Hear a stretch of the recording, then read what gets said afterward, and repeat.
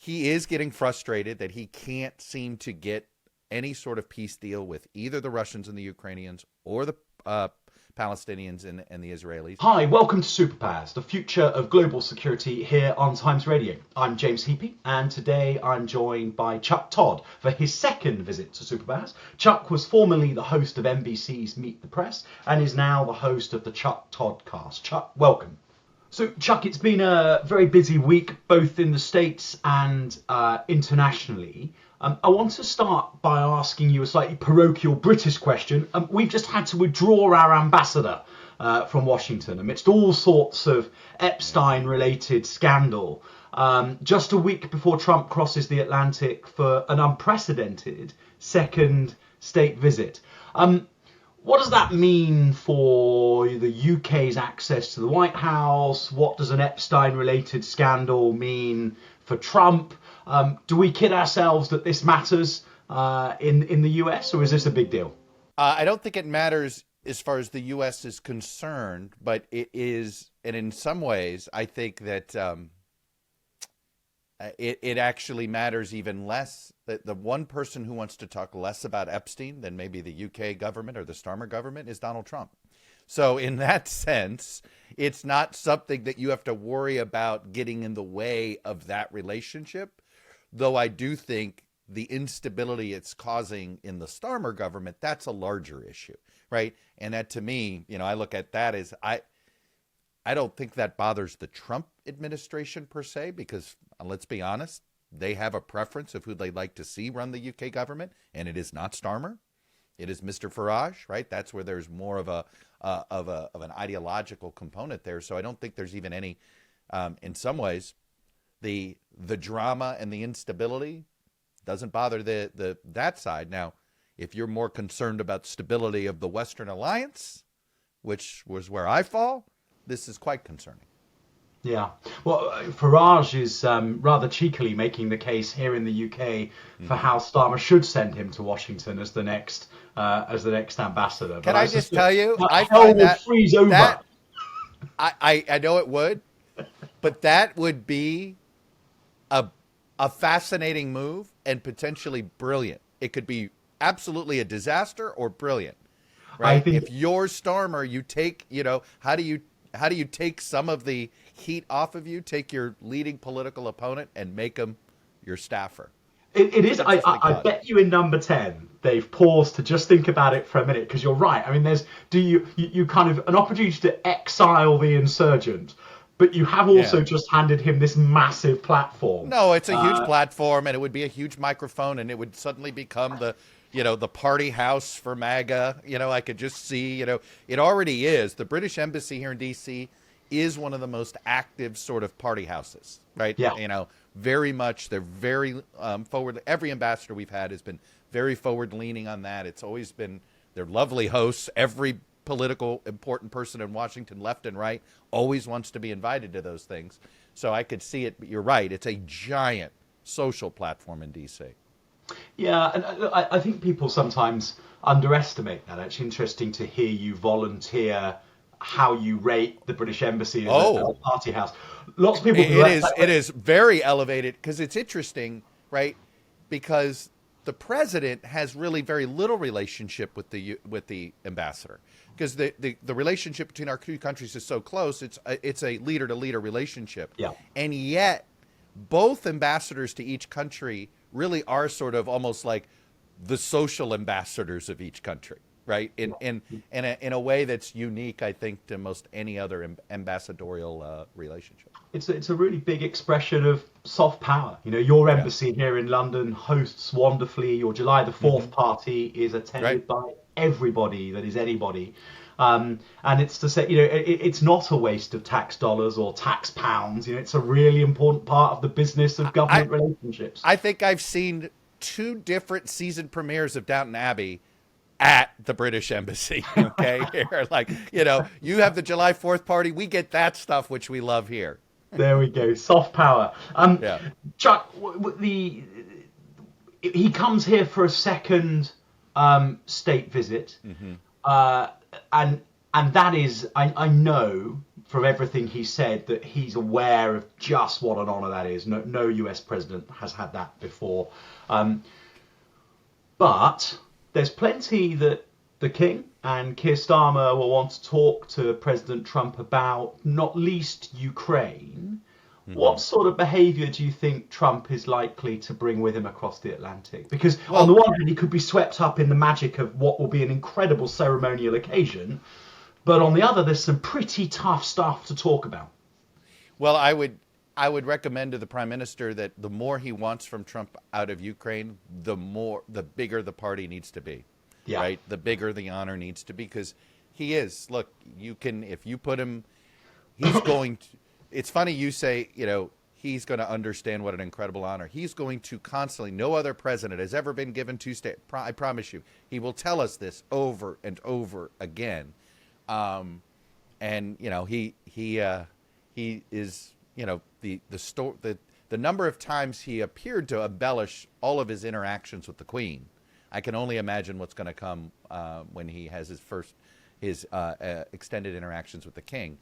But I do think on Ukraine and on Israel, frankly, that if you put him in the right, he is getting frustrated that he can't seem to get any sort of peace deal with either the Russians and the Ukrainians or the Palestinians and the Israelis.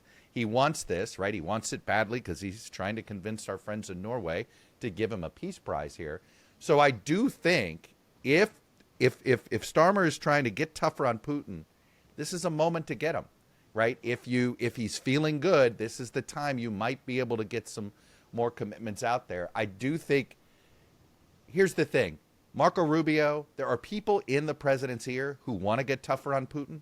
This isn't one of those things, Trump may vacillate on this, but if there are enough voices on the U.S. side trying to get him to toughen up, that if he's hearing it on the Starmer side, it could be effective. How do people think the Alaska meeting went? Is the administration, what's your definition of people? Publicly think it was wonderful, but privately, are they realizing that Putin played them all the way?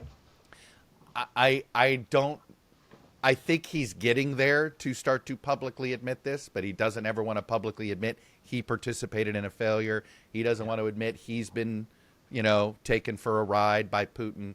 But collectively, I think it's pretty clear this was a failure. But look, he's obsessed right now with getting a meeting with Xi in China. And it did seem as if that show of force between Xi, Putin, the Prime Minister of India, Modi, Kim Jong-un, that had an impact on Trump to accelerate his desire to have a one-on-one with Xi. So, I don't know if that necessarily bodes well for him getting tougher on Putin. Well, so Chuck, that I think is what worries me. A few sort of experienced Trump watchers from a foreign policy perspective have reflected to me that, what he wants to do is find an opportunity for foreign policy success. So if a problem becomes too hard, he doesn't double down and become more robust in his approach to that problem. He just deprioritizes it and moves on to something else. So my nervousness is that instead of Putin provoking him into a more robust US position, Putin's intransigence just pushes Trump elsewhere, which is kind of what Putin wants too. Look, the reaction that Trump gave to the incursion into Poland by the Russian drones, where Trump said, well, it might have been an accident, which of course is what the official Russian line is. That's exactly what Putin wanted to hear, right? And it's certainly not what Poland wanted to hear. It's not what the rest of NATO wanted to hear. Here's sort of my realistic view of where this is headed. I think it's pretty clear. Here's the good news, I think, from your perspective, is that Europe's pretty united against Putin, and that there is a desire to have a military sort of show of force here in some form or another. I do think that you can get Trump to greenlight this sort of backdoor way of arming the Ukrainians, right, which is doing it essentially through NATO and, doing it as a pass-through. And that, I sort of equated, it took us a while to help you guys in World War II, didn't it? Yep. So it may take us a while for us to actually get back in there to being on the front lines with you. But I do think that at a minimum, the fact that Europe's united here and the fact that he's at least okay with the indirect way of doing this is probably the best we can hope for in checking Putin. And the Israeli bombing in Qatar, and Trump was pretty clear that is not acceptable. Look, I never thought I'd see the day that the United States would side against Israel in the United Nations. Yeah. It's symbolic, but that is, and it was the Trump administration, right? The fact that happened, again, it's symbolic, but I think it really goes, look, Bibi Netanyahu has figured out how to mess up his relationship with every American president he's ever interacted with. Every single one of them tires of Bibi. And now Trump is the latest. Oh, I think Netanyahu's miscalculation is that Big time. Trump sees the Saudis, the Emiratis, and the Qataris as really important partners, big commercial partners as much as anything else. 100%. I mean, this is, look, some of the motivation's personal, okay, right? It's personal profits for the family business and all of that. But, you know, that's what he thought he had convinced the Israelis of, which was to, hey, get into business with the Gulf state guys. Okay, yep. That's really what the Abraham Accords are about. Why don't we do business together? And I'll tell you this, I do think the Israelis care about those Abraham Accords, and the fact that the UAE sort of put it on the table that they might pull out if they do this full sort of excavation of Gaza is, I think that could move Trump. I really do. And I do think you're going to start to see the screws tighten a little bit, because I'll tell you, I think the Qataris thought having an American base on their soil was essentially kind of like NATO protection, right? Mm. They had a security umbrella, and that was violated. And the United States prioritizes that base. They cannot afford to lose that base. They don't want, so I do think this was a massive miscalculation by Bibi, a massive one, and I think it could move Trump on this issue. I completely agree, and bizarrely, the relationships he has in the Gulf, mm-hmm. if he is willing to not be so solidly forthright in his support of Netanyahu, he might find himself in a position where the Nobel Peace Prize comes in the Middle East rather than in Ukraine or over the Taiwan Strait. Here's the only hiccup in all of that, and that is the issue of Israel in the United States really divides the Democratic Party. Yeah. Okay? And anytime Trump has an issue that he can exploit as a wedge inside his political opponents, he doesn't like to give that up. And so that's I know I'm sounding a bit cynical, or I think the only reason why Trump hasn't essentially pushed back sooner on Bibi is that it's politically been helpful to him in driving a wedge inside the Democratic Party, because it is absolutely there are pieces of the party that are barely speaking to each other over this issue. Yeah. As you mention U.S. domestic politics, mm-hmm. viewers tune in to listen to us soar with the geostrategic eagles. But the murder of Charlie Kirk, this mm-hmm. young conservative commentator who I have seen on social media, and I don't agree with some of his political positions, but I really enjoy the sort of way in which he debates and the platform he's established for himself. He seems to, I mean, this is a big news week in the US, and that's the thing that is dominating. Can you give us some insight into why he matters so much, beyond the tragedy of his death? Well, it's also, well, first of all, I do think just politically, he gave, the MAGA movement was an older movement in the first Trump term. Yeah. The reason Donald Trump won the popular vote for the very first time in his 3 tries at the presidency is because his movement got younger. and he did much better with younger men. And Charlie Kirk is a big part of that. Turning Point was a big part of that. The consistent effort to go to college campus after college campus. I mean, it wasn't that long ago that this was like 7 chapters, okay, and then they went to like 150 chapters. So it's been an impressive movement. So it's more than just him going and sitting in his gazebo and answering questions. It's a nationwide. 100%. I mean, I've had a nephew who interviewed to be who's going to go work for them. I mean, it's a real organization. This isn't just volunteers. This is paid chapter and all that stuff. But the other bigger issue in all of this is just the escalating amount of political violence we've had. I mean, and unfortunately, people sort of are siloing their violence. They think if the violence takes place to somebody on their team, it's much worse than if the violence takes place on the other side, and that's been the other problem here. Nobody seems to want to de-escalate.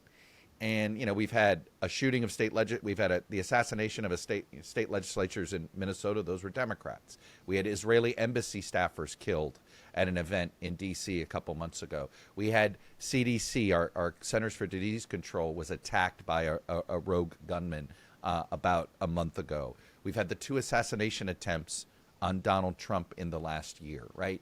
So we've had, and I didn't even bring up January 6th, which goes back a couple of years. The point is the escalating amount of political violence, where you have more and more sort of people deciding to take matters into their own hands. To me, once you do that, you are exposing yourself at being a bit mentally unstable. But our current information ecosystem is so broken, right? And I do think that's the problem, is that each side sees the other as less than human. And the minute you get down that road, that's how you get sort of troubled people to pick up a gun and do real damage here. And I think that's the concern a lot of us have. And I have to tell you, we really need a president right now to sort of rise above politics. Yeah. And that's not in his golf bag. That's a club that is not in his golf bag. I'm going to hold out hope that it is over the weekend. I hope it is, but so far, he's not risen to the occasion. Well, look, here's a view of the world for you to offer us your reflections on in closing. The P3 countries, so the Western 3 nuclear powers of the permanent members of the Security Council. Mm-hmm. France has just had its government collapse, is in the throes of a debt crisis. Its president is neutered, focused on the domestic, absent from the international stage. The UK has just had 2 really high-profile senior sackings in the space of a week. The Prime Minister is weakened. He's focused on the domestic, absent from the world stage. The US has an increasingly deadly political discourse, real toxicity in its politics, that drags its president and its senior politicians into a domestic focus and less of an emphasis on the world stage. Whilst all the while, people like Bibi Netanyahu feel increasingly more able to do unilateral actions like the one we saw in Qatar. Putin feels increasingly emboldened to block the GPS signal on von der Leyen's plane, or to put a drone swarm into Poland to test the reactions. The traditional leaders of a Western response are consumed by the domestic, and the authoritarians seem to be spotting the opportunity. It all just feels a bit dangerous. I'm petrified that we're repeating the 1930s, right? The 1920s and 30s. And look, you didn't bring up Japan, which just had a lost. I mean, what have they had? Multiple prime ministers over the last, right? Look at the instability in South Korea's politics. We had a partial collapse of the coalition in Germany's government, right? I mean, the fact of the matter is, and there's sort of been, this has been a global, we've seen this. And to me, we're the trigger here, the United States, right? Because once you raise barriers, once you go to nationalism in the biggest economy in the world, you then force every other country to say, well, it's survival of the fittest, right? It's a form of economic Darwinism that we're in right now. And that's arguably what happened in the 20s and 30s, right? Which is a form of economic Darwinism, right? We raised tariffs and everybody started to get sort of parochial. Everybody started, And that's my fear, is that because we've done this is sort of what happens. And so you've got an empowered Xi, he's looking now at Trump. If he wants Taiwan, you're going to do it before the end of Trump's term. You're not going to risk a new president coming in that might have a different view of Taiwan. So you've got an emboldened Xi, you've got an emboldened Putin, you've got an emboldened Bibi, you've got a desperate Modi in India who wants to be with the West, but if Trump is going to, punish him on tariffs, he's also looking out for himself, right? So these are not the best areas of the world to have people thinking very, frankly, selfishly. But it all starts with the U.S. erecting these barriers. And that's my fear here, that we are we are helping to accelerate nationalism around the world. And the more nationalists that every country gets, America first, India first, France first, Germany, right? Go over. That's how we all lose. And that's how wars begin. Chuck, absolutely fascinating. I could sit here and talk to you all day, and that's a really sobering note on which to leave our discussion. But thank you for joining us a second time. I can't wait for your third appearance here on the show. For more Superpowers, and indeed for more of Times Radio's brilliant geopolitical content, make sure that you subscribe to the Times Radio YouTube channel. But for now, I'm James Heappey. Thanks for joining us on Superpowers. See you next week.